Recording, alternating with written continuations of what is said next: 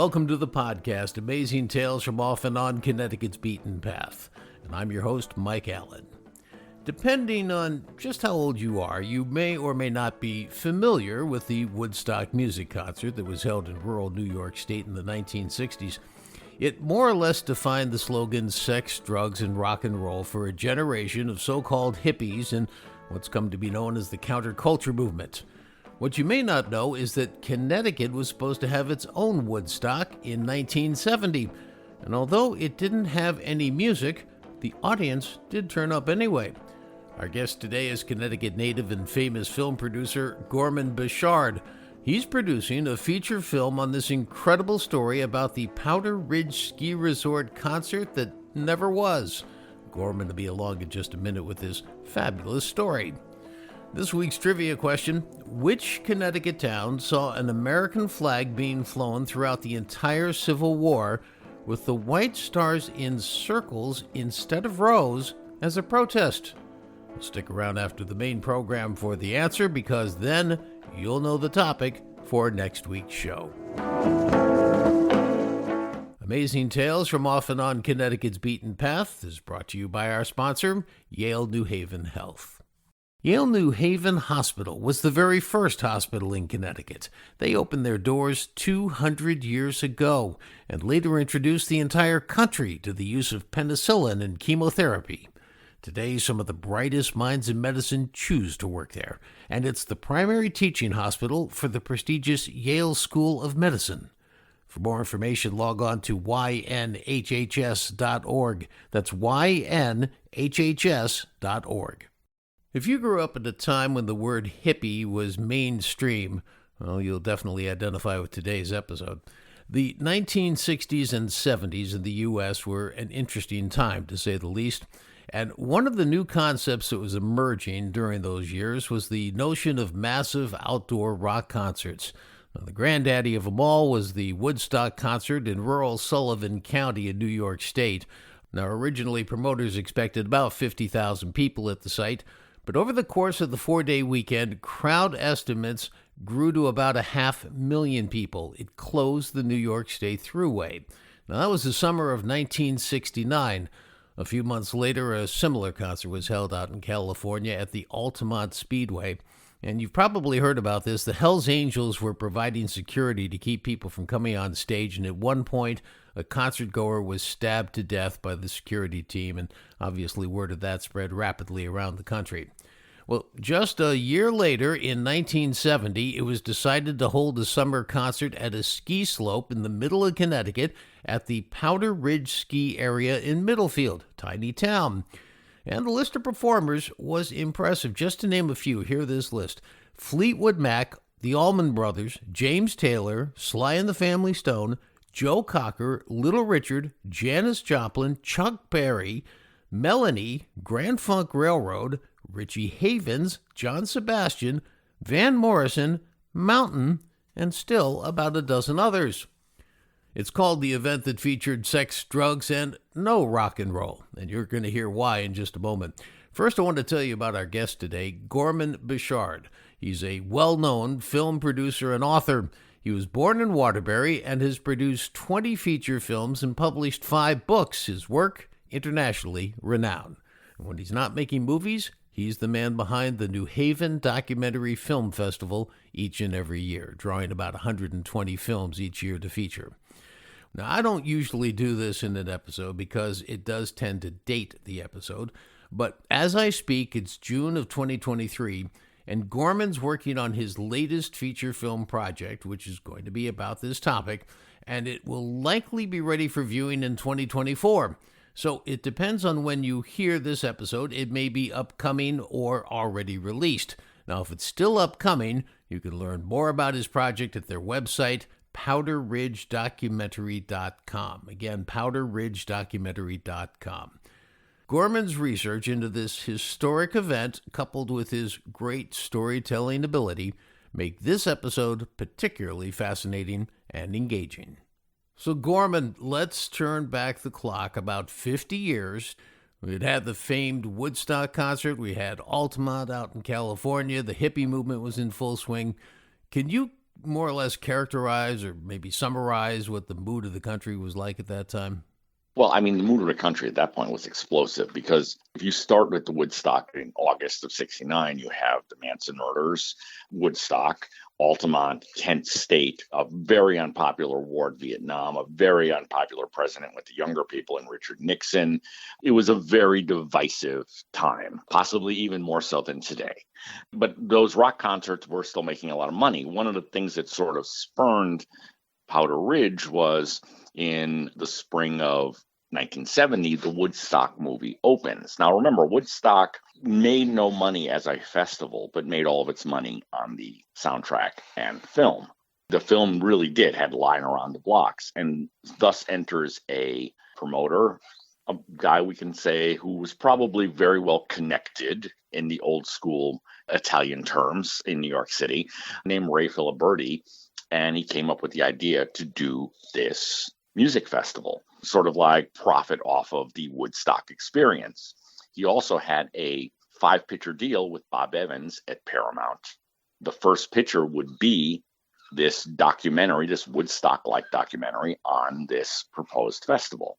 So now this promoter, who has some interesting connections, apparently, contacts Lou Zemmel, right, the owner of the Powder Ridge Ski Resort, to set all this up. Filiberti started looking for places. He got shut down on a place in upstate New York, and then he came upon this ski resort in Middlefield, Connecticut, basically right off of the I-91, so it's right off the highway. It's easy to get to, central Connecticut, couple hours from Boston, Albany, or New York City. It was a perfect centralized location. And it was also a perfect location for a music festival. You had this gorgeous like ski slope. You put these stage at the bottom and, you basically have risers for the people so everyone can see versus the flat field of Woodstock.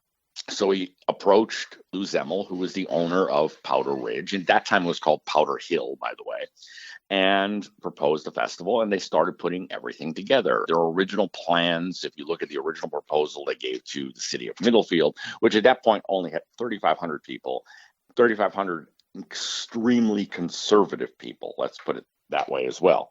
Now, it turns out this promoter really is kind of an interesting operator as show promoters go. The first proposal was only to sell 18,000 tickets. And this is where things start getting a little weird.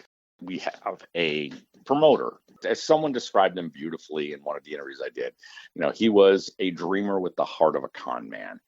I think that pretty much says it all. He was definitely a schemer. As his son told me, they decided they were going to print up 50,000 tickets. Now, whether or not those tickets were printed up 2, 3, or 4 times, no one knows. The other big thing was everything was in cash. I have tons of people saying they were paid for their services on this festival in paper bags filled with $20 bills. Thus, there's a lot of people that basically probably said, yeah, we never got paid because they never reported it. You don't want to be going back and getting audited by the IRS for the $25,000, $50,000 that you may or may not have gotten in cash. Let's go back into Middlefield's relationship with Lou Zemmel. Now, Lou Zemmel was a well-known communist, or at least a communist supporter. He even fought the right to go to Cuba all the way to the Supreme Court. There's a famous case called Zemmel versus Rusk. He was not liked in the town to the point where his son told me that they would even get anti-Jewish graffiti scribbled on their garbage pails and things like that. Plus, the year before, there was the murder where Bobby Seale was accused of putting a hit on a man. That man's body was actually dumped in Middlefield. And in spring of 1970, Zemmel allowed the Black Panthers to have a rally at Powder Hill, what, like I said, was what it was called at the time. So the very conservative town did not like the very liberal Lou Zemmel. There were some pretty impressive big-name bands booked to perform at Powder Ridge. Filiberti starts putting together a lineup with the help of some large promoters out of New York. And the lineup is very similar to Woodstock. I mean, Joplin, Sly and the Family Stone, Joe Cocker. It's an amazing lineup. And tickets start selling. Like, tickets are literally flying out the door. The best we can tell is it's rumored that probably between 100 and 200,000 tickets were sold, which is putting it, a gross of $2 to $4 million Again, all in cash. As his son told me, his son was 10 years old at the time, and he would just be sitting in the living room every night after school and counting bags of $20 bills out for his dad. The town, however, starts really not liking the whole idea. Like I said, they don't get along with Zemmel. I don't think they trusted the promoter. And they were also worried that many kids trying to get into such a small area, it would be dangerous for the kids. So the town puts an injunction and does everything to stop it. And eventually, by the Monday before the festival was supposed to start, the festival would have been July 31st, Friday, July 31st, Saturday and Sunday, August 1st and 2nd. On the Monday, the injunction comes down and cancels the festival. And what basically goes out is that any musician that tries to get in is going to be arrested on site, and we're going to do everything to keep the kids away. Unfortunately, this is pre-internet, and you have all these kids coming, unless they're stopping to read a newspaper and or watch the nightly news. The average attendee here is between 15 and 25. They're not doing. They're coming anyway. And around 40,000 people roughly ended up on those hills that fateful weekend, with no musicians allowed to come in. Didn't the state police put up signs outside town telling concertgoers, don't come, you turn back? Absolutely. Yeah. Injunction, concert prohibited. Half the kids seem to not come from the entrance, but I mean, so many people came over the mountaintop from Meriden. They were just sneaking in. Of the people I've interviewed, about only half actually had tickets. You've actually been able to track down people who attended that concert 50 years ago? Oh God, yeah. Tons of people that have attended this concert. What are they telling you about what it was like? Their experience was it was the greatest party of their life. What you would read in the press is like what a mess it was and how dangerous it was. I have gotten virtually no one saying that. Everyone is like, it was just a peaceful party. Everyone was in their own little groups. We were making our own music. It was basically sex and drugs with no rock and roll. So you've interviewed a lot of folks. Have you come across any of those volunteer doctors who were staging the triage centers? I've talked to people who were medics, and I mean, yeah, there were definitely your usual overdoses, but I mean, I think that would be expected at any concert of this size in that era, but no one died. You had a baby that was born as well, a girl. We've located her, so we're going to try to reach out to her as well. There really was a lot of drugs, and there was a lot of nudity and a lot of sex. I mean, that was basically what happened. It really did just become this crazy drug party.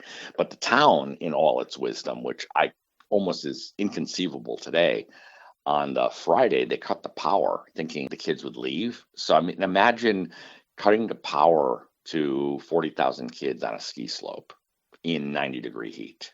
It's not the most responsible act, I would think. I mean, today, those kids would have a class action suit. What was the weather like, do you know? It was basically hot, no rain. On the music front, it wasn't entirely quiet, though, right? Melanie and some other bands did manage to play a few songs? There were some local bands playing on Thursday. The local bands were just setting up on small stages. There was a band called Swan as well. There were a few. But Melanie, she was home and she heard it was canceled. She said to her husband, who was her manager, said, screw it, I'm going anyway. She drove up, and when she got there, she found a 1010 Winds news truck, and she asked them for a ride in. As she said, I just looked like every other hippie girl there, so they weren't going to stop me. They didn't know who I was. And she gets there, and a bunch of people realize she's there, but there's no power. It's Friday evening. They set up the generators of the Mr. Softy ice cream trucks that were there to power her amplifiers, and she starts playing. And it's really just, she's not on the main stage. She's just on a little makeshift stage in front of one of the Mr. Softy trucks, and just starts singing her songs, and slowly the crowd around her just grows. But there were many, many people way up on the hill who never even realized she was playing. So what happened after the weekend was over? I've heard one story that says some of the attendees stayed the entire following week. Oh, there were people that stayed for a month to help clean up. One of the things that's rarely mentioned in the press is, go back to Woodstock. Remember we had Wavy Gravy and the Hog Farm? Wavy Gravy was the guy who made all the announcements from the stage that says, watch out for the brown acid. And they sort of kept the kids safe. But they couldn't do Powder Ridge, but there was a group called the Cosmic Labs, which was a counterculture group out of Yale who did more or less the same things, made stage announcements. Hey, so-and-so, your mom called. Can you please call her back? Made sure that people in the crowds worked fights. Anyone that was having a bad trip would be brought to the medic. They were sort of keeping the peace. And then they were also reporting back to Lou Zeppel, who, obviously at this point is looked upon as the bad guy because there's no music, despite the fact that it was at that point totally out of his control. So there's a great twist to this story regarding how you became aware of this event even happening. You and I kind of grew up around the same time in Connecticut, and I was just young enough to not even be aware of this having taken place. Would you share your story of how you became aware of the aborted Powder Ridge Festival? Well, my wife's father had been in the state police his entire life, and he had passed away. Shortly thereafter, we were driving down Route 91, and there's a sign for the State Police Museum. And she was like, "Can we stop?" And I'm like, "Sure." I always love weird little museums. You never know what you're going to find. And sure enough, she's looking for pictures of her dad, and I'm walking around. There's this picture of all these hippies, this beautiful black and white shot framed on the wall, and it looks like it should be Woodstock. But I'm like, what is this? And my wife said, "Don't you remember my dad said he corrected traffic at a festival?" And I was like, I didn't remember that. But so we started looking into it, and my wife was doing research for some of my stuff. And she's like, "I think you might have a short film here." Sure enough, it's like I'm looking and going, yeah, this sounds really interesting. But then as we started peeling down the layer, and realized there's mob involvement, there's Sid Luft, who is Judy Garland's husband. There's so much going on in this that we realized it really was a feature film. As I start putting calls out for, does anyone have any original Super 8 footage? Does anyone have any original photographs? We got some Super 8 footage, and I actually found her dad directing traffic in front of Gaida's food restaurant. So do you go back today to Powder Ridge off-season when the slopes aren't filled with snow and just kind of ponder what it must have been like on that weekend in 1970? Oh, my God, yeah. In fact, I actually walked all the way up the hill. That's quite a walk, even if you're in shape. We were there in September shooting some drone footage, and it seems so tiny, it's hard to imagine 40,000 people. You know what? I think if it had happened, it probably would have been equal to Woodstock. But then there's also a part of me thinks, but if 500,000 kids somehow showed up, then it might have been a problem, that there wouldn't have been enough room. The town restored electrical power on Saturday after realizing their effort for 24 hours didn't work, although one might assume from hearing all these details that the party would have continued one way or another, with or without the power grid being available.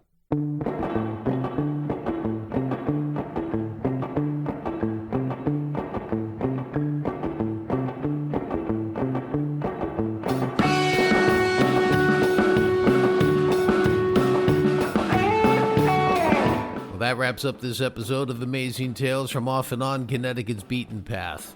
If you want more information about this Powder Ridge film that is being made by Gorman Bouchard, please go to www.powderridgedocumentary.com. I want to thank our guest for today's program, Gorman Bouchard, film producer and executive director of the New Haven Regional Documentary Film Festival, each and every year right here in Connecticut. The answer to this week's trivia question: which Connecticut town saw an American flag flown throughout the entire Civil War with the white stars in circles instead of rows as a protest? Well, the answer is Brookfield, where two flags were flown. One the official stars and stripes, and the other the opposition flag throughout the entire war. Now, the story of these dueling flags in Brookfield will be the featured topic next week on Amazing Tales CT, including the surprise outcome of what happened to that opposition flag after the war was over. Amazing Tales from Off and On Connecticut's Beaten Path is a production of True North Associates, LLC. This is Mike Allen. Be safe, and please stay healthy.